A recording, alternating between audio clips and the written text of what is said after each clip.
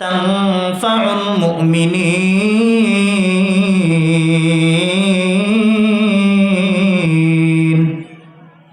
আল্লাহ বলেন, ও নবী, আপনি উপদেশ দিতে থাকেন, মুমিন বান্দাবান্দি যারা আছে তাদের উপকারে আসবে, যারা ঈমানদার তাদের উপকারে আসবে। তাহলে বোঝা গেল আল্লাহ কোরআনের মধ্যে বলছেন আমাদেরকে যে তোমরা উপদেশ দিতে থাকো।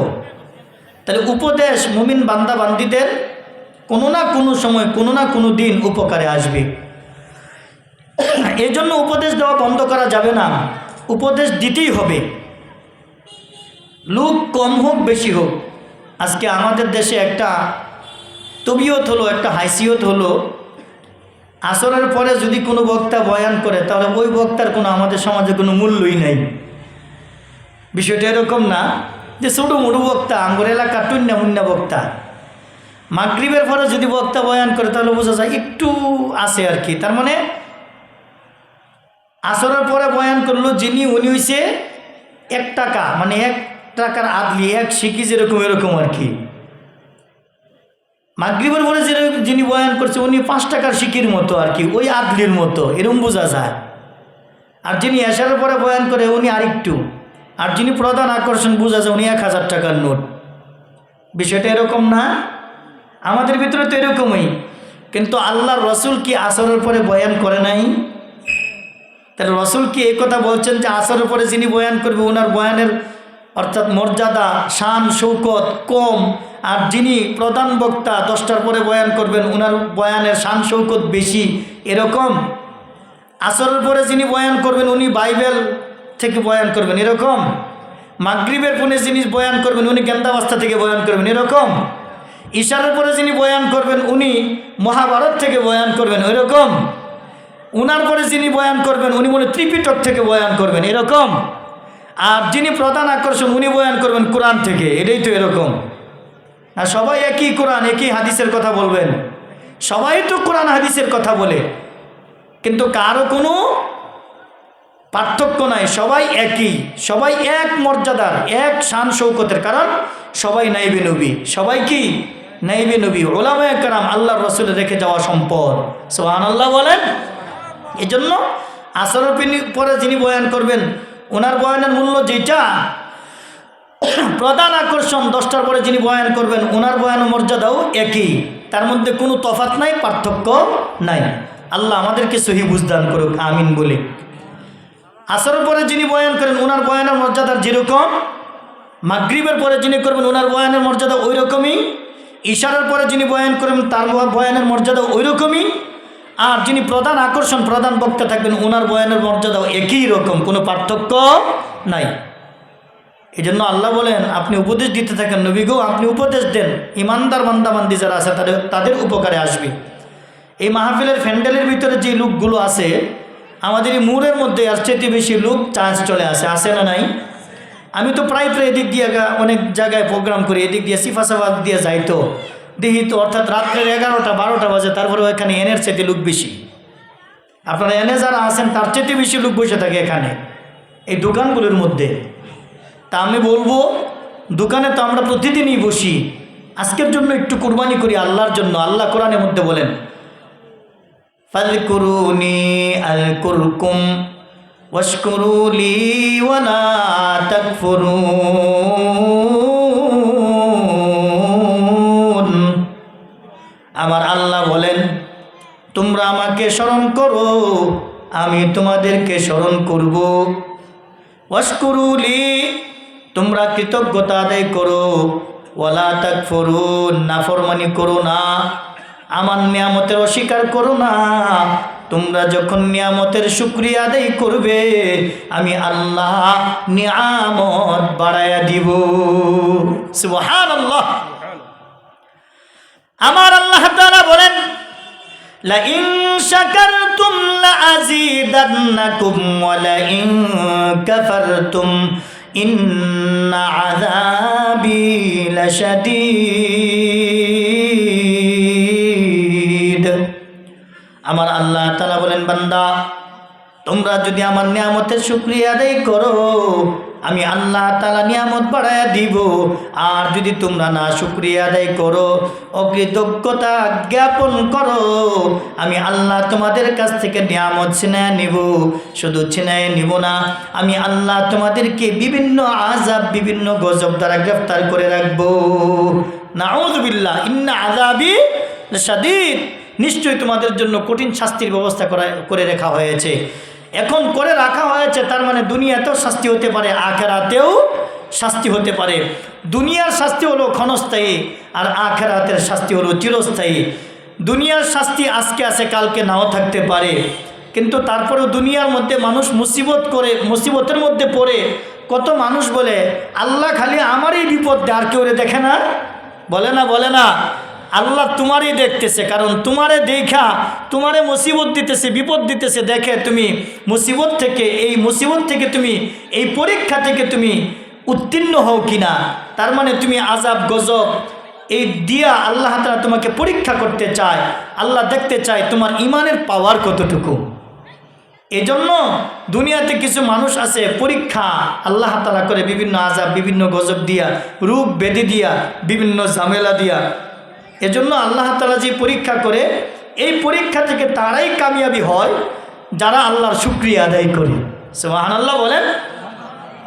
এখন দুনিয়ার মুসিবত হলো ক্ষণস্থায়ী, আর আখিরাতের মুসিবত চিরস্থায়ী। ওই চিরস্থায়ী হলো জাহান্নামের আগুন।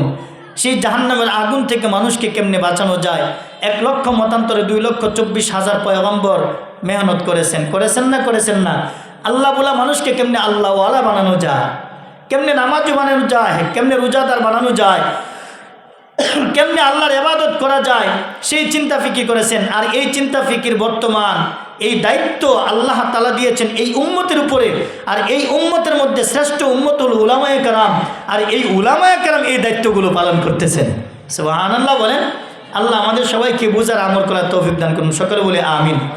আমি আপনাদের সামনে সূরা বনী ইসরাঈলের 2 নম্বর পারা, 15 নম্বর পারা, 2 নম্বর পৃষ্ঠার মধ্যে এই আয়াতে কারিমাগুলো আছে। 2টা আয়াতে কারিমা আপনাদের সামনে তেলাওয়াত করেছি। আল্লাহ যদি তৌফিক দান করে এই আয়াতের উপরে আলোচনা করার চেষ্টা করব ইনশাআল্লাহ। তারপরে যদি প্রাসঙ্গিক কোনো আলোচনা আসে করতে থাকবো ইনশাআল্লাহ। আল্লাহ কোরআনের মধ্যে বলেন, ওয়া কুল্লা ইনসানিন আলজামনাহু তায়িরাহু ফি উনুকি ওয়া নুখরিজু লাহু ইয়াওমাল কিয়ামাতি কিতাবান ইয়ালকাহু মানশুরা। আল্লাহ বলেন, ওয়া কুল্লা ইনসান আলজামনাহু তায়িরাহু ফি উনুকিহি। প্রত্যেকটা ইনসান, প্রত্যেকটা মানুষের গলার মধ্যে আল্লাহ তাআলা তার আমলনামা ঝুলিয়ে দিবেন। আমরা যে আমল করতেছি দুনিয়ার জিন্দেগিতে, এই আমলনামা, এই আমলগুলো একটা ডায়েরির মধ্যে, দফতরের মধ্যে লিখতেছেন কিরামান কাতিবিন। এই আমলনামার ডায়েরি প্রতিদিন আপনার আমার আমলগুলো লিখে রাখতেছেন। আপনি আমি গুনাহ করলেও লেখে, নেকের কাজ করলেও লেখে। আপনি আমি 2টা ঠোঁটের মাঝখান দিয়া কি গুনাহের কথা বলি এবং কি নেকের কথা বলি, সমস্ত কিছু আল্লাহ তাআলা রেকর্ড করে রাখতেছেন। আমার আল্লাহ তাআলা বলেন, মা ইয়ালফিযু মিন কাওলিন ইল্লা লাদাইহি রাকীবুন আতীদ।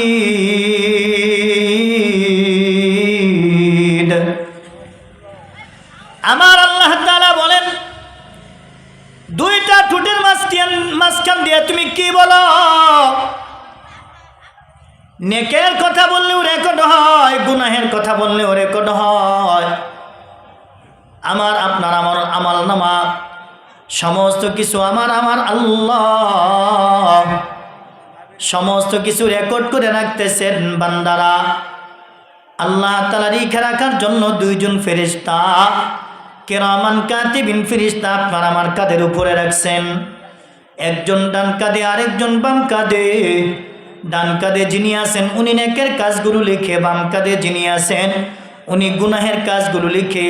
আমার আল্লাহ বলেন, কিরামান কাতিবিন ইয়ালামুনা মা তাফআলুন।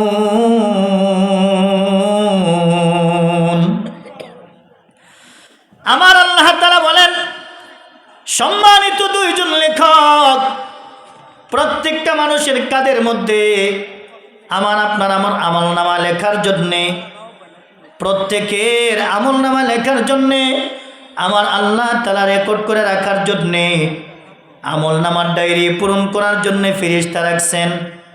ইয ইয়াতালাক্কাল মুতালাক্কিয়ানি আনিল ইয়ামিনি ওয়া আনিশ শিমালি কাঈদ।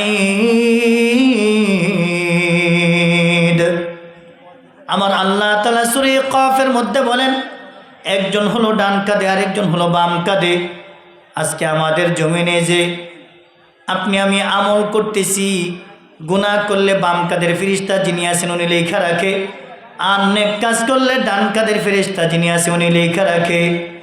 এই কিরামান কাতিবিন ফেরেশতা আমার আল্লাহ তাআলা প্রথমে রাখেন নাই। হযরত আদম আলাইহিস সালামকে যখন সৃষ্টি করে, আদম আলাইহিস সালামকে সৃষ্টি করার পরে মিশকাতুল মাসাবিহের মধ্যে আছে বাবুস সালাম অধ্যায়ের মধ্যে আল্লাহ তাআলা যখন আদম আলাইহিস সালামকে সৃষ্টি করে, সৃষ্টি করার পরে আমার আল্লাহ তাআলা আদমকে বললেন, আদম, এই যে আমার দুইটা হাত তুমি দেখো, এই দুইটা হাতের মধ্যে তুমি যে হাতটা পছন্দ করো তা তুমি বলতে পারো। তখন আদম আলাইহিস সালাম ওনার ডান দিককে লক্ষ্য করে বললেন, ওগো আল্লাহ তাআলা, আপনার ডান দিক আমি পছন্দ করি, ডান হাত পছন্দ করি।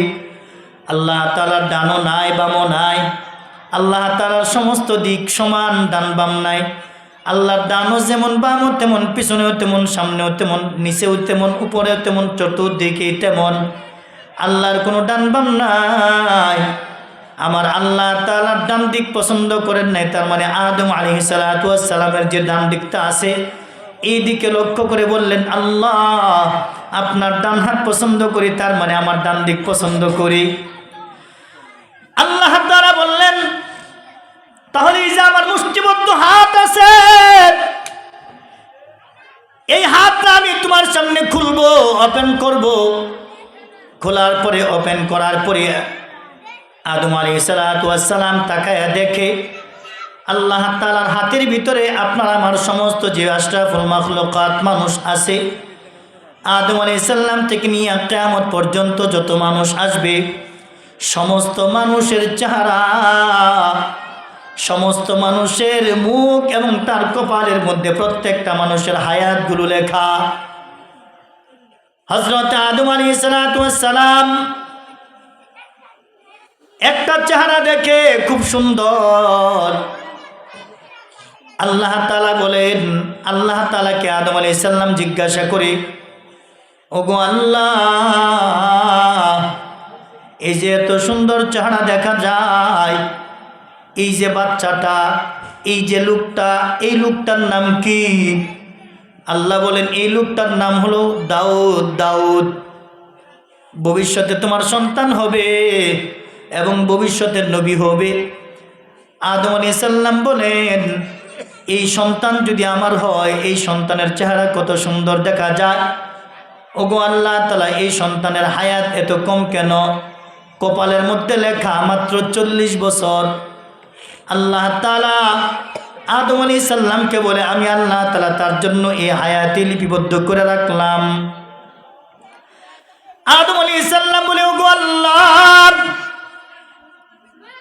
তুমি আমাকে 1000 বছর হায়াত দিয়েছ, আমার এই 1000 বছর হায়াত থেকে 60 বছর হায়াত আমি আমার এই দাউদ সন্তানকে দিয়ে দিলাম। এখন 40 আর 60 হয়েছে 100 বছর। আদম নবীর, আদম আলাইহিস সালাতু ওয়াস সালামের 1000 বছর হায়াত থেকে দান করেছেন 60 বছর, কমে গেছে 60 বছর, হয়েছে তার হায়াত 940 বছর। 940 বছর পরে আল্লাহ তাআলা মালাকুল মউত পাঠাইছেন। মালাকুল মউত আইসা বলতেছে, আদম, আল্লাহ তাআলা তোমাকে বলেছেন জান কবজ করার জন্যে, তোমার জান নিয়ে যাওয়ার জন্য বলতেছেন। আল্লাহ তাআলা বলেছেন, আদম আলাইহিস সালাম বলে, আমার এখনো বয়স হয় নাই, সময় হয় নাই, মাত্র না আমার 940 বছর হইছে। আল্লাহ আমারে 1000 বছর হায়াত দিয়েছেন, এর ভিতরে আরো 60 বছর হায়াত রয়ে গেছে। তখন হযরতে মালাকুল মউত আজরাইল আলাইহিস সালাতু ওয়াস সালাম আল্লাহ তাআলা দরবারে যায় বলে, ওগো আল্লাহ তাআলা, আপনার আদমের হায়াত বলে এখনো 60 বছর বাকি। তখন আমার আল্লাহ তাআলা বলেন, তার যে 1000 হায়াতের মধ্যে 60 বছর হায়াত তার সন্তান দাউদকে যে দিয়ে দিয়েছেন, তার কে মনে নাই নাকি? মনে করাইয়া দিছেন, স্মরণ করাইয়া দিছেন। তখন বললেন, তুমি তাকে স্মরণ করাইয়া দাও, আর সে যেহেতু আসতে চায় না, মরতে চায় না, তাকে 60 বছর হায়াত দিয়ে দাও। 1000 বছর পরেই তুমি তার জান কবজ করবা। আর আদমকে বলবা, তুমি যেরকম ভুলে গিয়েছো, তুমি যেরকম ভুলে যাও, তোমার সন্তানও ভুলে যাবে। এই জন্য আমি আজকে প্রত্যেকটা আদম সন্তানের কাঁধের মধ্যে 2 জন ফেরেশতা লিপিবদ্ধ করব। 2 জন ফেরেশতা কাদের মধ্যে লিপিবদ্ধ করব। আজ থেকে আমি এই 2 জন ফেরেশতা নির্ধারিত করলাম। ওই 2 জন ফেরেশতার নাম হলো কিরামান কাতিবিন। এর আগে ছিল না, কারণ আদম তোমার ভুলা যাওয়ার হাইসিয়ত আছে, তাহলে তোমার সন্তানও ভুলা যাবে কোন জায়গায় নেক করবে, কোন জায়গায় গুনাহ করবে। আমি যে জান্নাত বানাইছি, জাহান্নাম বানাইছি, জান্নাত দিব, জাহান্নামে দিব, তখন যদি তোমার সন্তান বলে যে আল্লাহ আমি গুনাহ করি নাই, বলতে পারে না? পারে না?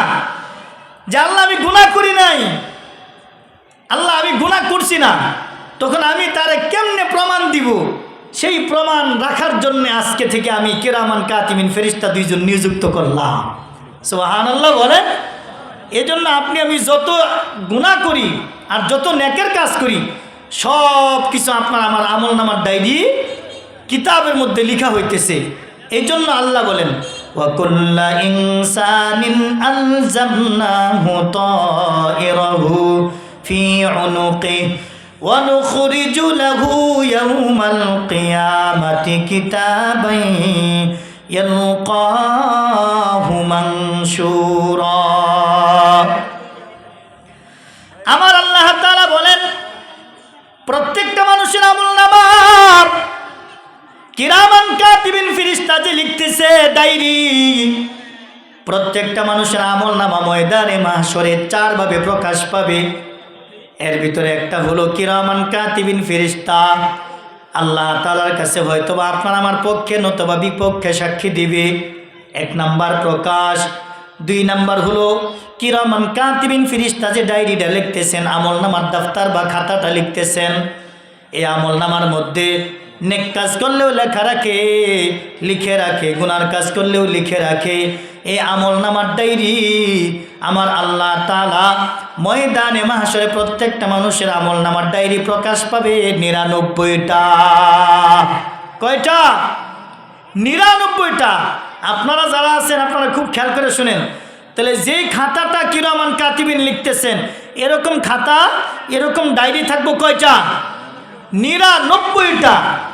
আর এই একটা ডায়েরির একটা খাতার যে পেজ হবে, পৃষ্ঠা হবে, একটা পৃষ্ঠা হবে আপনি আমি যেখান থেকে তাকাইতেছি দৃষ্টির শুরু আর আপনার আমার দৃষ্টির শেষ যেখানে যায় হবে, এতটুকু লম্বা হবে খাতার একটা পেজ, ডায়েরির একটা পৃষ্ঠা।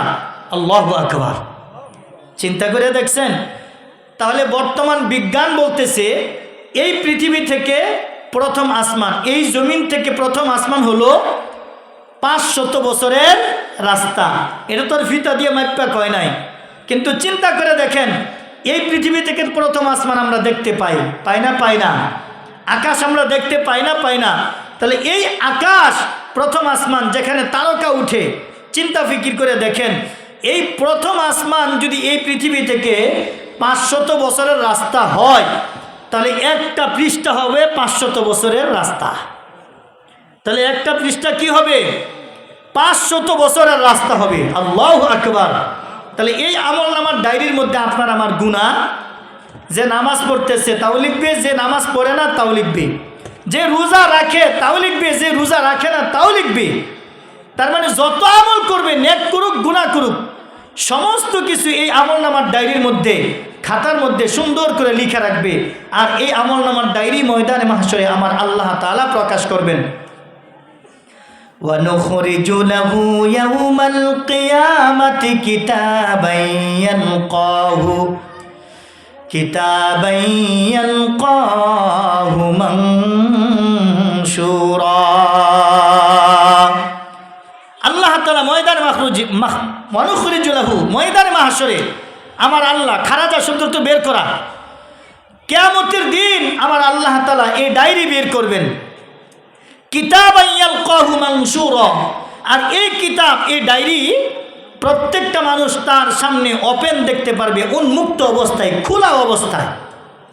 খোলা অবস্থায় যখন দেখবে, আমাদের দেশে মানুষ আইডি কার্ড ঝুলায় না চাকরি যারা করে, এই আইডি কার্ড যদি কোম্পানিতে পাঞ্চ না করে তাহলে তাকে ঢুকতে দিবে? গেটে যদি পাঞ্চ না করে ঢুকতে দিবে না। প্রত্যেকটা মানুষের আমলনামার ডায়েরি গলার মধ্যে ঝুলন্ত অবস্থায় থাকবে। আর এই ডায়েরি নিয়ে কবর থেকে মানুষ উঠবে, ময়দানে মাহশরে যাবে। ময়দানে মাহশরে দণ্ডায়মান হওয়ার পরে আল্লাহ প্রত্যেকটা মানুষের হিসাব নিকাশ শুরু করবেন। শুরু করার পরে আল্লাহ তাআলা প্রত্যেকটা মানুষের আমলনামার ডায়েরি এই গলার সামনে থেকে, তার মানে ঝুলন্ত অবস্থায়, ওই যে আইডি কার্ডটা ঝুলন্ত অবস্থায় থাকে যেভাবে, তার ডায়েরিটা ওইরকম ঝুলন্ত অবস্থায় থাকবে। এই ঝুলন্ত অবস্থা থেকে আল্লাহ তাআলা খুলে দিবেন, বের করে দিবেন। এই যে তোমার সামনে উন্মুক্ত আছে, খোলা আছে, আল্লাহ বলেন ইকরা, তুমি পড়ো কিতাবাক, এই বইখানা, কাফা বিনাফসিকাল ইয়াউমা আলাইকা হাসিবা, এখন তোমার হিসাব তুমি নিজেই দেওয়ার জন্য যথেষ্ট। আল্লাহু আকবার। ধরেন এখন যদি আমি বয়ানে ভুল করি, তাহলে এই যে রেকর্ড হইতেছে এটার মধ্যে ধরা পড়বে না? তাহলে আপনার আমার জীবন জিন্দেগি দুনিয়ার মানুষ যদি রেকর্ড করে রাখতে পারে, অডিও ভিডিও করে যদি রাখতে পারে, ডাউনলোড করে রাখতে পারে, দুনিয়ার বিজ্ঞান যদি ইথারের মাধ্যমে এক জায়গা থেকে আরেক জায়গায় কথাগুলো ট্রান্সফার করতে পারে, ইথারের মাধ্যমে মানুষের কথাগুলো কাজ করতে পারে, অর্থাৎ আটকা রাখতে পারে, ধরতে পারে, তাহলে আমার আল্লাহ তাআলা কি দুনিয়ার বিজ্ঞানের চাইতে বিজ্ঞান কম? তার চাইতে বেশি না কম? আলাইসাল্লাহু বিআহকামিল হাকিমিন। আল্লাহু আকবার। আল্লাহ বলেন ইয়াসিন ওয়াল কুরআনিল হাকিম। আল্লাহ কত সুন্দর করে বলে দিতেছেন। তাহলে আল্লাহ তাআলার জ্ঞান দুনিয়ার মাখলুকের চাইতে কম না বেশি? আরো জোরে বলেন, কম না বেশি? তাহলে আপনার আমার গুনাহের আমলনামা, নেকের আমলনামা সমস্ত কিছু ময়দানে মাহশরে আল্লাহ তাআলা প্রকাশ করে দিবেন। তাহলে মানুষের আমলনামা প্রকাশ পাবে চার ভাবে। এর ভিতরে একটা হলো কিরামান কাতিবিন ফেরেশতা, 2 নাম্বার হলো ডায়েরি, 3 নাম্বার হলো মানুষের শরীর। 3 নাম্বার কি? মানুষের শরীর। মানুষ চোখ দিয়া কি দেখতেছে, কি করতেছে, গুনাহের জিনিসের দিকে দেখতেছে না নেকের কাজ দেখতেছে, সব এই চোখ সাক্ষী দিবে, কান সাক্ষী দিবে, জবান বন্ধ করে দিবে, জিহ্বা বলতে থাকবে, এরকমভাবে হাত বলবে, পা বলবে। আল্লাহ তাআলা কোরআনের মধ্যে বলেন ইয়ালামু খাইনাতাল আয়ুনি ওয়া মা তুখফিস সুদূর। আমার আল্লাহ তাআলা বলেন বান্দারা, তুমি তোমার চোখ দিয়া কি খেয়ানত করো, কি গুনাহের জিনিসগুলো দেখো। এই আমার যুবক ভাইরা, যুবতী বোনেরা খুব খেয়াল করে শুনেন। মোবাইল ফোনের মাধ্যমে, মেসেঞ্জারের মাধ্যমে, ফেসবুকে, ইন্টারনেটে বিভিন্নভাবে আপনারা গুনাহের জিনিসগুলো আপনি আমি চোখ দিয়ে দেখি এবং কান দিয়ে শ্রবণ করি। আর এই গুনাহের জিনিসগুলো আপনি আমি জবান দিয়া পড়াশোনা করি, জবান দিয়া বলি, হাত দিয়া নখ করি, পা দিয়া গুনাহের কাজের দিকে যায়। সমস্ত গুনাহের খেয়ানত সম্পর্কে আমার আল্লাহ তাআলা জানেন। আমার আল্লাহ তাআলা বলেন বান্দারা, চোখের যে খেয়ানত আছে, চোখ তা সমস্ত কিছু বলে দিবে। চোখের খেয়ানত সম্পর্কে আমি আল্লাহ জানি। তোমার অন্তরের মধ্যে কি আছে, অন্তরের খেয়ানত সম্পর্কেও আমি আল্লাহ জানি। এখন বর্তমান আমি আমার চোখ দিয়ে আপনাকে দেখতেছি, আপনারা আমাকে দেখতেছেন, এতটুকুই। অনেক সময় গুনাহের জিনিস দেখে না, গান দেখে না, রেডিও, টেলিভিশন, থিয়েটার, ভিডিও, অর্ধ উলঙ্গ যে সকল নর্তকী আছে, মেয়ে ছেলে, তাদের নাচ, ডান্সার, ওগুলো দেখে না, ডান্স, এগুলো সব কিছু দেখে। এই গুনাহের জিনিস যে চোখ দিয়ে দেখতেছে, সব কিছু সম্পর্কে আমার আল্লাহ জানে না। এটাকে বলা হয় চোখের খেয়ানত। তুমি চোখের কি হক আদায় করছো সব কিছু মালিকের কাছে জবাব দেওয়া লাগবে। আর অন্তর মধ্যে কি আছে, আমি কি কল্পনা জল্পনা করতেছি আপনারা কেউ জানেন না, আর আপনাদের ভিতরে কি কল্পনা জল্পনা আছে আমিও জানি না, কিন্তু আপনাদের আমাদের প্রত্যেকের কল্পনা জল্পনা কে জানে? জোরে বলেন, কে জানে? আল্লাহ জানে না, জানে না? এই জন্যই আল্লাহ বলছেন ইয়ালামু খাইনাতাল আয়ুন ওয়া মা তুখফিস সুদূর, তোমার চোখের খেয়ানত এবং অন্তরের খেয়ানত সম্পর্কে আমি আল্লাহ জানি। সুবহানাল্লাহ বলেন। আমার আল্লাহ তাআলা বলেন তোমার হাত সাক্ষী দিবে, আল ইয়াউমা নাখতিমু আলা আফওয়াহিহিম ওয়া তুকাল্লিমুনা আইদিহিম ওয়া তাশহাদু আরজুলুহুম বিমা কানু ইয়াকসিবুন। আমার আল্লাহ তাআলা বলেন ময়দানে মাশরে আমার আল্লাহ তাআলা হাতকে বলবেন হাত, মুখকে বলবেন মুখ, তুমি তোমার মুখ বন্ধ করে দিবেন, মুখকে খতম করে দিবেন। মুখের যে কথা বলার যে শক্তি আছে, স্পিকিংয়ের যে শক্তিটা আছে, কথা বলার যে শক্তিটা আছে, এই শক্তি আমার আল্লাহ তাআলা বন্ধ করে দিবেন। ঠোঁট এমনিতে কথা বলবে, জিহ্বা কথা বলতে থাকবে, এরকমভাবে হাত কথা বলতে থাকবে, পা কথা বলতে থাকবে। আপনি আমি কোথায় কাকে সাপোর্ট করেছি, আপনি আমি কাকে এই হাত দিয়া কাকে ভোট দিয়েছি, এটাও সমস্ত কিছু বলে দিবে। আপনি কোন জায়গায় জাহান্নামের দিকে ভোট দিলেন না জান্নাতের দিকে দিলেন, বোঝাবার জন্য বলতেছি। আপনি একজনের কাছ থেকে টাকা খাইলেন, আরেকজনকে আপনি ভোট দিলেন, একজনের কাছ থেকে আপনি টাকা খাইলেন, আরেকজনকে সাপোর্ট করলেন, এই সাপোর্ট সম্পর্কে আমার আল্লাহ জানে না, জানে না? এজন্য হাত বলে দিবে তুমি একজনের টাকা খেয়েছ আর তুমি আরেকজনকে ভোট দিচ্ছ, তুমি এই হাত দিয়ে আরেকজনের লাইল বাতর কেটে দিচ্ছ, এই হাত দিয়ে তুমি আরেকজনকে ঘুষি মারছো, এই হাত দিয়ে তুমি একজনকে অন্যায়ভাবে থাপ্পড় দিয়েছো, এই হাত দিয়ে তুমি অন্যায়ভাবে আরেকজনের সম্পদ লুণ্ঠন করে নিয়েছো, এই হাত দিয়ে তুমি আরেকজনের সুদ ঘুষ খেয়েছো, এরকমভাবে যা কিছু করছো এই হাত পটাপট বলে দিবে, পা বলে দিবে অন্যায় কাজে কারা কারা গিয়েছে, সব পটপট করে বলে দিবে। অঙ্গ প্রত্যঙ্গ এই চামড়া পর্যন্ত আল্লাহর কাছে সাক্ষী দিবে। তখন মানুষ ধিক্কার করতে থাকবে, কিরে চামড়া, কিরে হাত, কিরে পা, কিরে চোখ, তোকে কি আমি দুনিয়াতে যত্ন কম করেছিলাম? এই হাত যখন ভেঙে যাইত আমি তোর নিয়ে ডাক্তারের কাছে নিয়ে গেছি, তোর চিকিৎসা করে ভালো বানাইছি, আজকে তুই আমার বিরুদ্ধে সাক্ষী দেস। এ পা, তুই কোনো সময় আঘাত পাইলে আমি তোকে ওষুধ খাওয়াইয়া সেবা যত্ন করিয়া, এরে শরীর, এরে চামড়া, তোর এত সুন্দর দামি দামি সাবান দিয়ে গোসল টুসল করায় তোরে রাখছি, আজকে এই চামড়া তুই আমার, এই চামড়ার মধ্যে কত মানুষ কত মহিলারা গায়ের মধ্যে দামি দামি জিনিসগুলো ব্যবহার করে, করে না করে না? মুখের মধ্যে সোনু ব্যবহার করে, আলতা সোনু, কত কিছু ব্যবহার করে। এই মুখ এই চামড়াগুলো পটপট করে বলে দিবে মালিকের কাছে, এই চামড়া দিয়ে এই গুনাহ করেছে, এই চামড়ার উপর অমুকে চুমা দিয়েছে, এই চামড়ার উপরে অমুকে হাতে স্পর্শ করেছে, সব কিছু বলে দিবে। তখন মানুষ ধিক্কার করতে থাকবে, হাই হাই, আফসুস আফসুস আফসুস, এরে চামড়া, এরে মুখ, এরে শরীর, তোর নিয়ে আমি এই জন্য হেফাজত করেছিলাম, সেবা যত্ন করেছিলাম, কাজ হবে না। ওই দিন ধিক্কার দিলেও কাম হবে না, কারণ মালিক জবান দিবেন হাতকে, চামড়াকে, অঙ্গ প্রত্যঙ্গকে। এজন্য অঙ্গ প্রত্যঙ্গ আপনার আমার বিরুদ্ধে সাক্ষী দিবে, নতবা পক্ষে সাক্ষী দিবে। কথা ঠিক কিনা? নেক কাজ করলে পক্ষে সাক্ষী দিবে, আর গুনাহের কাজ করলে বিপক্ষে সাক্ষী দিবে। এই হলো 3 নাম্বার। 1 নাম্বার মুখস্থ করেন, পিছনে যারা আইতেছেন সামনের দিকে বসেন। 1 নাম্বার মুখস্থ করেন, আমলনামা প্রকাশ পাবে ময়দানে মাহশরে 1 নাম্বার কিরামান কাতিবিন ফেরেশতার মাধ্যমে। 2 নাম্বার আমলনামা প্রকাশ পাবে কিরামান কাতিবিন, যে ফেরেশতারা যে ডায়েরিটা লিখতেছেন, খাতাটা লিখতেছেন, ওই ডায়েরির মাধ্যমে। 3 নাম্বার আমলনামা প্রকাশ পাবে এই দেহের মাধ্যমে, এই দেহ হয়তো বা আপনার আমার পক্ষে নতবা বিপক্ষে সাক্ষী দিবে। 4 নাম্বার হলো এই জমিন। আল্লাহু আকবার কন। 4 নাম্বার কি? এই জমিন বলবে আমার উপর এই এই মানুষগুলি এই এই অপরাধ করেছে। ইয়াউমা ইযিন তুহাদ্দিসু আখবারাহা। পয়গম্বর একদিন সূরা জিলজাল তেলাওয়াত করতেছে, ইয়াউমা ইযিন তুহাদ্দিসু আখবারাহা, সূরা জিলজালের আয়াত। এই আয়াত পর্যন্ত যখন পৌঁছলেন, এই আয়াত পর্যন্ত যখন আসলেন, আসার পরে সাহাবায়ে কেরামদেরকে বললেন, এই সাহাবীরা তোমরা কি জানো জমিন ময়দানে মাহশরে কি প্রকাশ করবে, কি খবর বলে দিবে। তখন সাহাবায়ে কেরাম বললেন, কিলা ইয়া রাসূলুল্লাহ, হে আল্লাহর রাসূল, আপনি যে বলতেছেন আমরা জানি নাকি? ক্বালু আল্লাহু ওয়া রাসূলুহু আ'লাম, পয়গম্বর আমরা জানি না, আল্লাহ এবং আল্লাহর রাসূলই ভালো জানেন।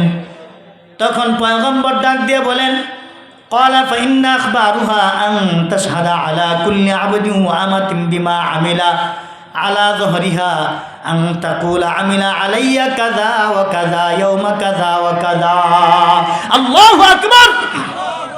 হাদিসটা হযরত আবু হুরায়রা বর্ণনা করছেন। হযরত আবু হুরায়রা বলেন, পয়গম্বর যখন সূরা জিলজাল তেলাওয়াত করতে করতে ইয়াউমা ইদিন তুহাদ্দিসু আখবারাহা পর্যন্ত আসলেন, সাহাবায়ে কেরামদেরকে জিজ্ঞাসা করলেন, তোমরা জানো জমিন তার কি খবর বর্ণনা করবে? সাহাবায়ে কেরাম বললেন, আল্লাহ এবং আল্লাহর রাসূল ভালো জানে। তখন পয়গম্বর বলেন, এই জমিনের উপরে কোন কোন মানুষ, কোন কোন বেটা, কোন কোন বেটি, তার মানে আদম সন্তান, এরকমভাবে বাবার নাম ধরে ধরে বলবে যে অমুকের ছেলে অমুক, অমুকের মেয়ে অমুক, বাবার নাম ধরে ধরে বলবে। এই জমিন বলবে আমার উপর বসে বসে নেকের কাজ করেছে, বয়ানগুলো শুনেছে, মসজিদের মধ্যে যায়া সিজদা দিয়েছে, নামাজ আদায় করেছে, এরকমভাবে যা ভালো কাজগুলো আছে জমিন সব কিছু বলবে আল্লাহ তাআলার কাছে, বলবে ওগো আল্লাহ তাআলা, ওই যে লাকচটল ব্যাপারী বাড়ি মাহফিল হয়েছে, আমার উপর কদম দিয়েছে, তার মানে আমার উপর দিয়া পাড়ায়া পাড়ায়া, আমি জমিনের উপর দিয়া পাড়ায়া পাড়ায়া মাহফিলে বয়ান শোনার জন্য গিয়েছি রে মালিক, নেক কাজ করার জন্য গিয়েছি। ওগো আল্লাহ তাআলা, আমি সাক্ষ্য দিচ্ছি তুমি তোমার ওই সকল বান্দা বান্দীদের গুনাহগুলো মাফ করে দাও। ওগো আল্লাহ তাআলা, আমি সাক্ষ্য দিচ্ছি তাদেরকে মাফ করিয়া দাও। আর জমিন বিপক্ষে সাক্ষী দিবে, বলবে ওগো আল্লাহ তাআলা, আমি জমিনের উপরে বসিয়া বসিয়া গুনাহের কাজগুলো করেছে। দোকানের মধ্যে সিডি টিভি এরকমভাবে ডিশের লাইন চালু থাকতো, ঘন্টার পর ঘন্টা বসিয়া বসিয়া শুনেছে অর্ধ উলঙ্গ নর্তকী মহিলাদের গান বাজনা বাদ্যযন্ত্র থিয়েটার ভিডিও দেখেছে। গো গো আল্লাহ তাআলা, কনসার্ট করেছে, বাউল গান করেছে, হাউজি বাম্পারের গান, মেলার গান, এরকমভাবে উরসের গান, সমস্ত বাদ্যযন্ত্র শুনেছে, গানগুলো শুনেছে। ওগো আল্লাহ তাআলা, আমি সাক্ষ্য দিচ্ছি তোমার এই বান্দা সব সময় গুনাহের কাজগুলো করেছে। গো আল্লাহ তাআলা, ওগো আল্লাহ তাআলা, আমি সাক্ষ্য দিচ্ছি এই নাফরমানের তুমি জাহান্নামে দিয়ে দাও। নাউযুবিল্লাহ। এই জন্য চিন্তা করে করে, থিসিস করে করে, চিন্তা চেতনা করে করে আপনি আমি আমার জীবন জিন্দেগি পরিচালনা করি। কারণ প্রত্যেকটা নেকের জিনিস রেকর্ড হচ্ছে, গুনাহের জিনিসও রেকর্ড হচ্ছে। এই জন্য যারা নেকের কাজ করতেছেন সব আমল নামার মধ্যে রেকর্ড হইতেছে, যারা গুনাহ করতেছেন তাও রেকর্ড হতেছে। এই যে আগামীকাল শুক্রবার, তারপরের দিন শনিবার, যদি 29-এ চাঁদ যায় শাবানের, তাহলে শনিবার দিন দিবাগত রাত্রি হবে তারাবি, তারপরে মাহে রমজান শুরু হবে। কথা ঠিক কিনা? এই রমজান মাসে মানুষ কত গুনাহ করবে, রমজানের আগে যে গুনাহ করেছে রমজানের ভিতরে ওই সকল গুনাহ করবে। কথা ঠিক কিনা শুনে বলেন? রমজানের আগেও রেডিও, টেলিভিশন, থিয়েটার ভিডিও দেখেছে, যুবক যুবতীগুলো মোবাইলের মাধ্যমে গুনাহ করেছে, তারা রমজানের ভিতরেও করবে। করবে না? করবে না? এই জন্য পয়গম্বর বলেন, ইউনাদি মুনাদিন ইয়া বাগিয়াল খাইর ওয়া ইয়া বাগিয়াশ শাররি আকসির ওয়ালিল্লাহি উতাকাউ মিনান নার ওয়া যালিকা কুল্লা লাইলা।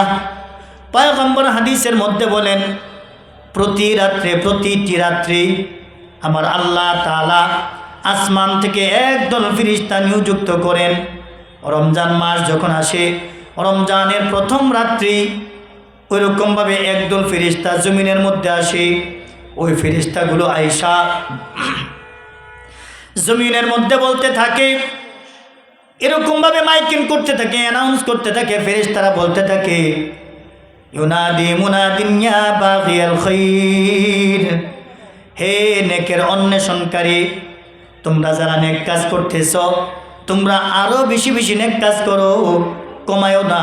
কারণ কি, এই রমজান মাসে কোনো ব্যক্তি যদি একটা নফল ইবাদত করে, আমার আল্লাহ তাআলা একটা নফল ইবাদত করলে একটা ফরজের সওয়াব আমার আল্লাহ তাআলা বান্দার আমল নামায় দিবেন। সুবহানাল্লাহ। এই জন্য ফেরেশতারা ডাক দিয়ে বলবেন, ওগো আল্লাহর বান্দারা, তোমরা নেক কাজ বেশি বেশি করো।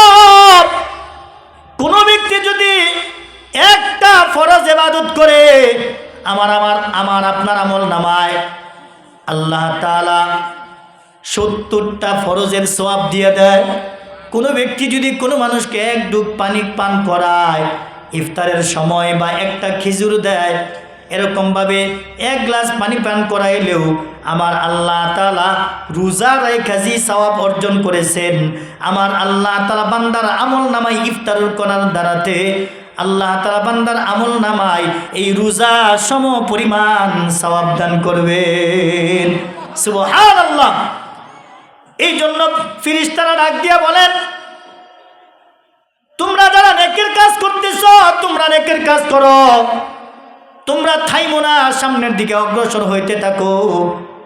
আর গুনাহের কাজ যারা করে তাদেরকে বলে আকসির ওয়ালিল্লাহি উতাকাউ মিনান নার। পয়গম্বর বলেন, আকসির, হে মন্দের অন্বেষণকারী, তোমরা থামো, তোমরা খাটো করো, তোমরা গুনাহের কাজ করিও না।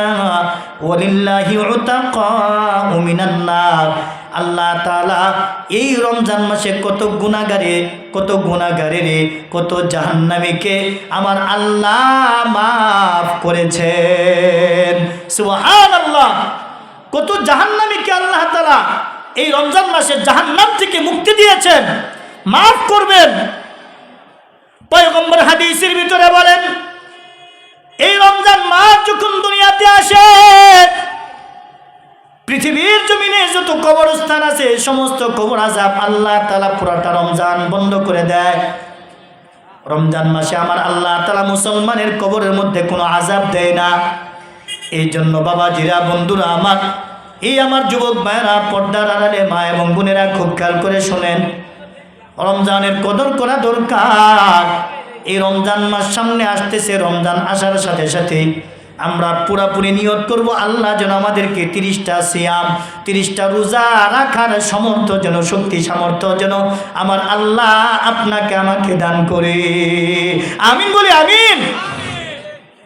পয়গম্বর হাদিসের মধ্যে বলেন, আন আবি হুরায়রা রাদিয়াল্লাহু তাআলা আনহু قال قال رسول الله صلى الله عليه وسلم إذا دخل رمضان فتحت أبواب السماء وفي رواية فتحت أبواب الجنة। হযরত আবু হুরায়রা রাদিয়াল্লাহু তাআলা আনহু থেকে বর্ণিত, তিনি বলেন, পয়গম্বর বলেন, ইযা দাখালা রমাদান ফুতিহাত আবওয়াবুস সামা, যখন রমজান তোমাদের ভিতরে আসে তখন আল্লাহ তাআলা এই রমজানের খাতিরে আসমানের দরওয়াজা খুলে দেয়। সুবহানাল্লাহ। আল্লাহ তাআলা আসমানের রহমতের দরজা, বরকতের দরজা, নাজাতের দরজা, মাগফিরাতের দরজা, নেকের দরজা, এরকম ভাবে রিজিকের দরজা, সমস্ত দরজা আল্লাহ খুলে দেয়। সুবহানাল্লাহ বলেন। বিস্তারিত আলোচনা করার সময় নাই।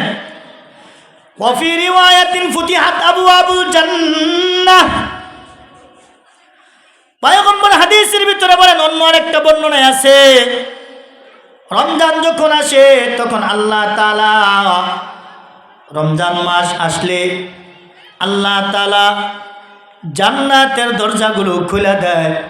আল্লাহর জান্নাত কয়টা? জোরে বলেন, কয়টা? 8টা। 7টা হইছে জাহান্নাম, 8টা জান্নাত। এই 8টা জান্নাতের ভিতরে একটা জান্নাতের শাখা আছে। এই 8টা জান্নাত না, এই 8টা জান্নাতের ভিতরে আরেকটা জান্নাত আছে। এই 8টা জান্নাতের দরজা দিয়া একটা জান্নাত আছে, ওই দরজার আরেকটা জান্নাতের দরজা পাবে। ওই দরজাকে বলা হয় রাইয়ান। সুবহানাল্লাহ বলেন। ইন্না ফিল জান্নাতি বাবান ইউকালু লাহু রাইয়ান ইয়াদখুলু মিনহু সাইমুনা ইয়াওমাল কিয়ামাতি লা তাদখুলু মাআহুম গায়রু আহাদিন। পয়গম্বর হাদিসের মধ্যে বলেন, যারা রোজা রাখবে, রোজাদার বান্দা বান্দিকে আমার আল্লাহ তাআলা রাইয়ান নামক একটা জান্নাত আছে, এই জান্নাতের গেট দিয়া, এই জান্নাতের দরজা দিয়া একমাত্র রোজাদার বান্দা বান্দিরাই ঢুকবে। যারা রোজা রাখবে আমার আল্লাহ তাআলা তাদেরকে কোন জান্নাত দিবেন? জুড়ে বলেন। রাইয়ান নামক জান্নাত দিবে। রাইয়ান নামক জান্নাতের দরজা দিয়া রোজাদার বান্দা বান্দিরা ঢুকবে। যখন রোজাদার বান্দা বান্দিরা জান্নাতের দরজা দিয়া ঢুকবে, এমন সময় ফেরেশতারা এলান করবে, ডাক দিবে। এই জান্নাতের গেটের ভিতরে ফেরেশতারা থাকবে। ফেরেশতারা ডাক দিবে, ইউকালু আইনাস সাইমুন ফায়াদখুলুনা মিনহু। পয়গম্বর হাদিসের মধ্যে বলেন, ময়দানে মাশরে ফেরেশতারা এলান করবে, ডাক দিবে, মাইকিং করবে, ইউকালু আইনাস সাইমুন। ফেরেশতারা ডাক দিয়ে বলবেন, ও রোজাদারেরা, তোমরা কোথায়? তোমরা কোথায়? এ রোজাদারেরা তোমরা কোথায়? ইউকালু আইনাস সাইমুন। আইনা মানে এ রোজাদারেরা তোমরা কোথায়? এই যে রাইয়ান নামক দরজাটা খোলা আছে, জান্নাতের দরজা, এই দরজা দিয়ে তোমরা ঢুকো। যখন সমস্ত রোজাদার বান্দা বান্দিরা এই জান্নাতের গেট দিয়া, রাইয়ান নামক দরজা দিয়া যখন ঢুইকা পড়বেন রোজাদার বান্দা বান্দিরা, তখন আমার আল্লাহ তাআলা ফেরেশতাদেরকে বলবেন, সমস্ত রোজাদারেরা ঢুইকা পড়েছে, এখন আর খোলা রাখবা না, ওপেন রাখবা না, ওগুলি এখন এটার মধ্যে, এই দরজার মধ্যে তালা লাগায়া দাও। ফেরেশতাকে বলার সাথে সাথে তালা লাগায়া দিবে। কত মানুষ ওই জান্নাতের গেটের মধ্যে দাঁড়ানো থাকবে। ফেরেশতারা জিজ্ঞাসা করবেন, তোমরা এখানে অপেক্ষা করতেছো কেন? তখন তারা বলবেন যে আমরাও তো এই জান্নাতের গেট দিয়া ঢুকতে চাই। তখন ফেরেশতারা বলবেন, এই জান্নাতের গেট দিয়া রোজাদার ছাড়া অন্য মানুষ প্রবেশ করতে পারবে না। তোমরা কি রোজা রাখছো নি? তখন তারা বলবে, না না, রোজা কি? রোজা তার মানে রোজা তো রাখেই নাই। এজন্য তারা প্রশ্ন করবে, রোজা কি? রোজা কি? আমরা তো বুঝি নাই। আমার আল্লাহ তাআলা বলেন, ইয়া আইয়ুহাল্লাযীনা আমানু কুতিবা আলাইকুমুস সিয়ামু কামা কুতিবা আলাল্লাযীনা মিন ক্বাবলিকুম লাআল্লাকুম তাত্তাকুন।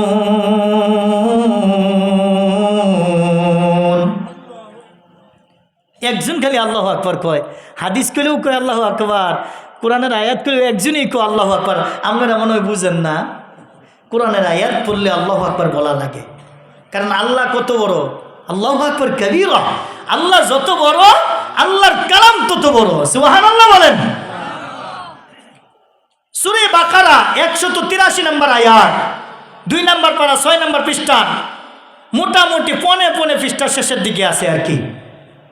আল্লাহ বলেন, হে ঈমানদারেরা, ইয়া আইয়ুহাল্লাযীনা আমানু, হে ঈমানদারেরা, কুতিবা আলাইকুমুস সিয়াম, তোমাদের উপর সিয়াম ফরজ করা হয়েছে, কামা কুতিবা আলাল্লাযীনা মিন ক্বাবলিকুম, যেমন তোমাদের পূর্ববর্তী যারা ছিল তাদের উপর যেরকম সিয়াম ফরজ ছিল, আগের নবীদের উপর সিয়াম ফরজ ছিল, আগের নবীদের উম্মতের উপর সিয়াম ফরজ ছিল। কিন্তু আমাদের নবীজির উপরে যেরকম রমজান মাসের রোজা সিয়াম ফরজ, অন্যান্য নবীদের কাছে এরকম রমজান মাস ছিল না। আদম আলাইহিস সালাম চাঁদের 13, 14, 15 এই 3 দিন রোজা রাখতেন, আইয়ামে বীজের। এখনো পর্যন্ত কোনো ব্যক্তি যদি এই 3 দিন রোজা রাখে, আমার আপনার আমল নামায় আল্লাহ তাআলা 1 বছর রোজা রাখার সওয়াব দান করবে। সুবহানাল্লাহ। মুসা আলাইহিস সালামের উপর মুহররমের 10 তারিখ আশুরা বলা হয়। ওই মুহররমের 10 তারিখের রোজা ফরজ ছিল। এরকম ভাবে এক এক নবীর উপর এক এক সিয়াম ফরজ ছিল। কিন্তু আপনার আমার নবীজির উপর, আপনার আমার আল্লাহ, আপনার আমার মালিক আল্লাহ তাআলা আপনার আমার পয়গম্বরকে এই দুনিয়া থেকে ইসরা করিয়েছেন, মেরাজ করিয়েছেন। আল্লাহ তাআলা বাইতুল্লাহ থেকে বাইতুল মুকাদ্দাস পর্যন্ত স্থানান্তরিত করেছেন, ইসরা করিয়েছেন, ভ্রমণ করিয়েছেন। আর ওই বাইতুল মুকাদ্দাস থেকে আমার আল্লাহর আরশ পর্যন্ত ভ্রমণ করিয়েছেন, মেরাজ করিয়েছেন। ওই মেরাজের রজনীতে আমার আল্লাহ আপনার আমার নবীকে এরকমভাবে 50 ওয়াক্ত নামাজ দিয়েছিলেন। এই 50 ওয়াক্ত নামাজ চতুর্থ আসমানে যখন মূসা আলাইহিস সালামের সাথে যখন সাক্ষাৎ হয়, মূসা আলাইহিস সালামের সাথে যখন সাক্ষাৎ হয়, সাক্ষাৎ হওয়ার সময় মূসা আলাইহিস সালাম বলেন, আমি তো আমার জাতিদের অন্তররোগের ডাক্তার ছিলাম, আমি তো চিকিৎসক ছিলাম। আমার বনি ইসরাইল গোত্রের জন্য 3 ওয়াক্ত নামাজ ফরজ ছিল। আমার উম্মতি 3 ওয়াক্ত নামাজ পড়তে পারে নাই। আর আপনার উম্মত তো দুর্বল হবে, ঘর থেকে খানা খাইয়া পায়খানার জন্য বাহিরে যাবে, এই শক্তি সামর্থ্য থাকবে না। এখন লক্ষ্য করে দেখেন প্রত্যেকের ঘরের ভিতরে অ্যাটাচড বাথরুম আছে না নাই? কেমন দুর্বল, ঘরে খায়া ঘরের ভিতরে পায়খানা করতেছি, কথা ঠিক কিনা? মূসা আলাইহিস সালাম বলেন, আপনি যান নামাজ কিছু কমায় আনেন। এরকম ভাবে একবার আর 2 বার না, 5 ওয়াক্ত করে কমাইতে কমাইতে 9 বার গেছে, 5 নং 45 ওয়াক্ত নামাজ কমাইছেন। 5 ওয়াক্ত করে কমাইতে কমাইতে পয়গম্বর 9 বার গেছেন। সর্বশেষ যখন চলে আসে তখন বলে, আমার উম্মতের জন্য মূসা আলাইহিস সালাম বলতেছেন, আমার উম্মতের জন্য 3 ওয়াক্ত নামাজ ফরজ ছিল, আপনার উম্মত পারবে না, দুর্বল।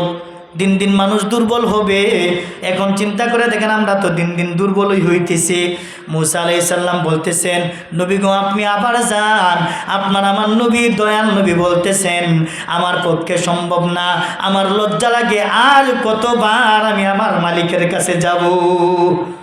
আমি জিজ্ঞাসা করে আসছি, ওগো আল্লাহ তাআলা, এনাফ, যথেষ্ট হইছে। ওগো আল্লাহ, আমার উম্মত যদি 5 ওয়াক্ত নামাজ আদায় করে কি পরিমাণ সওয়াব দিবেন? আল্লাহ ডেকে বলে, নবী গো, আপনার উম্মত যদি 5 ওয়াক্ত নামাজ আদায় করে 50 ওয়াক্ত নামাজের সওয়াব আমি আমলনামায় দিব। সুবহানাল্লাহ। 5 ওয়াক্ত নামাজ পড়লে আমার আল্লাহ আমলনামায় 50 ওয়াক্ত নামাজ পড়লে যে সওয়াব, এই সওয়াব আমলনামায় দিবেন।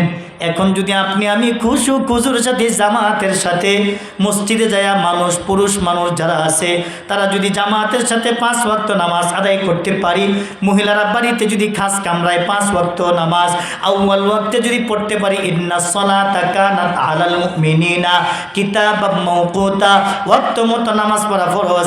নামাজের বাহিরে এবং ভিতরে 13টা ফরজ আছে, আর আহকাম 13টা ফরজ আছে। এর ভিতরে একটা ফরজ হলো ওয়াক্ত মতো নামাজ আদায় করা। কোনো পুরুষ এবং মহিলা যদি আদায় করে 50 ওয়াক্ত নামাজের সওয়াব দিবে। সুবহানাল্লাহ।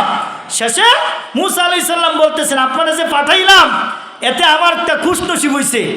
আল্লাহর নূর দেখে আমি এবং আমার উম্মত বেহুশ হয়ে পড়ে গেছিল, আর আপনি আল্লাহরে দেখে আসছেন, আর আমি আপনারে দেখছি। আপনারে দেখে আমি আল্লাহ দেখার স্বাদ মিটাইলাম। সুবহানাল্লাহ। কেডা কইছে? মূসা নবী কইতেছে, আপনি আল্লাহরে দেখে আসছেন, আর আমি আপনারে দেখছি, আর আপনারে দেখা আমি আল্লাহ দেখার স্বাদ মিটাইলাম। সুবহানাল্লাহ বলেন। ওই মেরাজের রাত্রি আপনার আমার রব আল্লাহ তাআলা নবীজির উপরে 12 মাস রোজা রাখার নির্দেশ দিয়েছিলেন। 12 মাস রোজা দিয়েছিলেন, 12 মাস তার মানে সারা বছর। পয়গম্বর যখন বলেন আমার উম্মত দুর্বল, পারবে না, তখন আমার আল্লাহ তাআলা কমাইতে কমাইতে 11 মাস কমাইছেন, 1 মাস রোজা দিয়েছেন।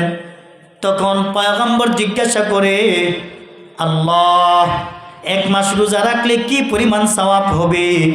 তখন আল্লাহ তাআলা নবীকে ডাক দিয়ে বলেন, আপনার উম্মত যদি এই 1 মাস রমজান মাসের রোজা রাখে, 12 মাস রোজা রাখলে যে সওয়াব দিব আমি আল্লাহ 12 মাসের সওয়াব 1 মাসের ভিতরেই দিব। সুবহানাল্লাহ। আমার পয়গম্বর হাদিসের মধ্যে বলেন, عن أبي هريرة رضي الله تعالى عنه قال قال رسول الله صلى الله عليه وسلم মান সামা রমাদানা ঈমানান ওয়া ইহতিসাবান গুফিরা লাহু মা তাকদ্দামা মিন যামবিহি। পয়গম্বর হাদিসের মধ্যে বলেন, হযরত আবু হুরায়রা হাদিসটা বর্ণনা করেন, নবীজি বলেছেন কোনো ব্যক্তি যদি ঈমান ও ইহতিসাবের সাথে, ঈমানের সাথে এবং সওয়াবের নিয়তে যদি কোনো ব্যক্তি রোজা রাখে, রমজানের রোজা রাখে, আমার আল্লাহ পিছনের সমস্ত গুনাহ বান্দার মাফ করে দিবে। সুবহানাল্লাহ। তাহলে বান্দা গুনাহ করে না? করে না? মানুষের গুনাহ আছে না নাই? তাহলে রোজা রাখলে আল্লাহ গুনাহ মাফ করবে। সাতার লাগায়া এরকম ভাবে পর্দা লাগায় যদি কেউ খায় তাহলে গুনাহ মাফ করবে না আর গুনাহ দিবে? আর জোরে বলেন, গুনাহ দিবে না গুনাহ মাফ করবে? তাহলে আমাদের দেশে রমজান যখন আসে সাতার লাগায় ভিতরে খায় না, দোকানের ভিতরে, রেস্টুরেন্টের মধ্যে এরকম ভাবে পর্দা লাগায়া বেড়া দিয়ে দিয়ে ভিতরে খাওয়া দাওয়া করে। দুনিয়ার মানুষ না দেখলেও কে দেখে? আরো চিল্লায় বলেন, জোরে বলেন, কে দেখে? আল্লাহ দেখে না? দেখে না? দুনিয়ার মানুষের চোখে, দুনিয়ার মাখলুকের চোখে ফাঁকি দেওয়া যায়, কিন্তু আপনার আমার রবের চোখে ফাঁকি দেওয়া যায় না। কথা ঠিক কিনা? জোরে বলেন। পয়গম্বর হাদিসের মধ্যে বলেন, মান সামা ইয়াওমান ইবতিগা ওয়াজহিল্লাহি বা'দাহুল্লাহু মিন জাহান্নামা কাবুদি গুরাবিন তাইরিন ওয়া হুয়া ফারখুন হাত্তা মাতা হারিমা। হযরত আবু হুরায়রা হাদিসটা বর্ণনা করে পয়গম্বর হাদিসের মধ্যে বলেন, কোনো ব্যক্তি যদি এই রমজান মাসের রোজা রাখে, একদিন যদি রোজা রাখে, একদিন কয়দিন? জুড়ে বলেন, আমার সাথে একটু কথা বলেন। একদিন রোজা রাখে কয়দিন? কোনো ব্যক্তি যদি একদিন রোজা রাখে, পয়গম্বর হাদিসের মধ্যে বলেন আল্লাহ তাআলা তাহার কাছ থেকে জাহান্নাম বহু বহু দূরে সরায়া দিবে। সুবহানাল্লাহ। বহু বহু দূরে কেমন? গুরাবিন তাইরিন ওয়া হুয়া ফারখুন হাত্তা মাতা হারিমা। পয়গম্বর হাদিসের মধ্যে বলেন, আমাদের জমিনে কাক আছে না নাই? কাক, কাউয়া আছে না নাই? কাউয়া চিনেন তো? কাউয়া চিনেন না? কাক আছে না? কাক সাহিত্যিক ভাষায় বলে কাক, আমাদের আঞ্চলিক ভাষায় কাউয়া। একটা কাকের বয়স হয় সাধারণত 1000 বছর। কত বছর? চিন্তা করে দেখছেন? আমি এ পর্যন্ত 3 জায়গায় রমজানের বয়ান করতেছি। কেন 3 জায়গায় 3 হানো বয়ান? আমরা রমজান করি নাই, কারণ রমজান যেহেতু সামনে আসতেছে দরকার। তাহলে একটা কাকের বয়স হয় সাধারণত কত বছর? 1000 বছর।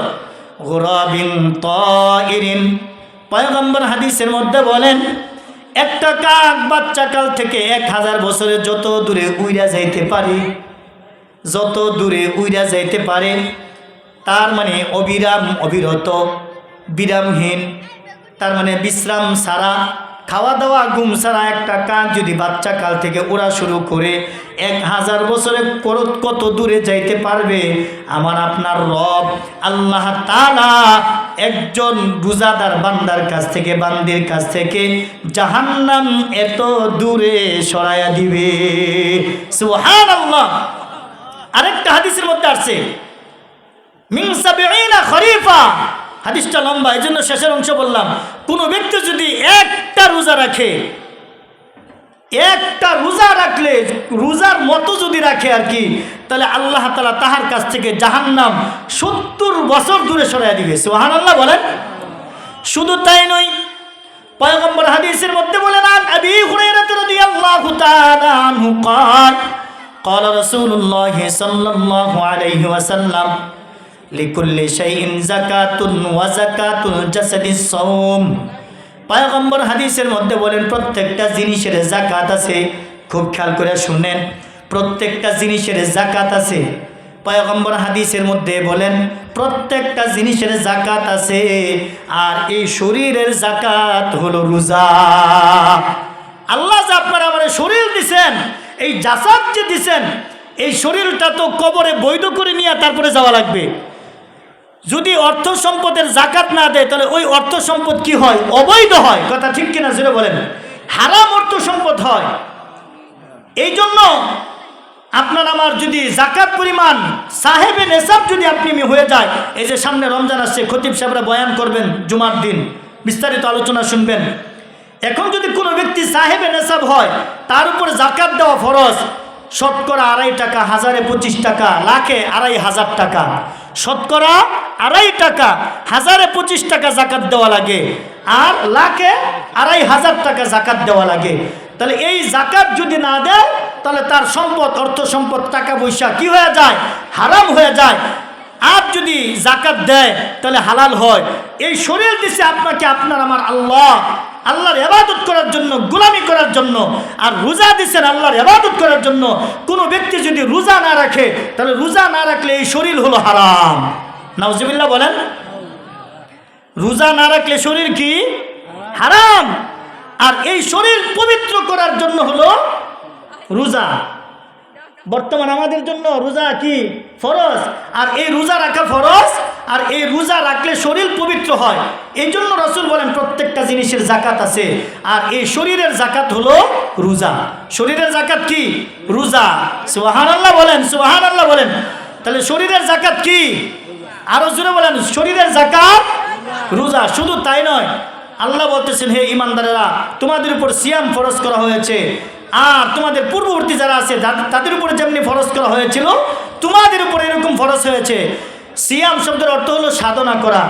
আপনি সিয়াম অর্থাৎ রোজা রাখছেন, আর আপনি গুনাহের জিনিস শুনলেন কান দিয়া, আপনার সিয়াম হয় নাই।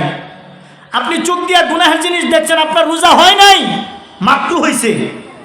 আর আপনি রোজা রেখা হারাম কথা বললেন, মানুষকে কষ্ট দিলেন, মিথ্যা কথা বললেন, আপনার সিয়াম হয় নাই।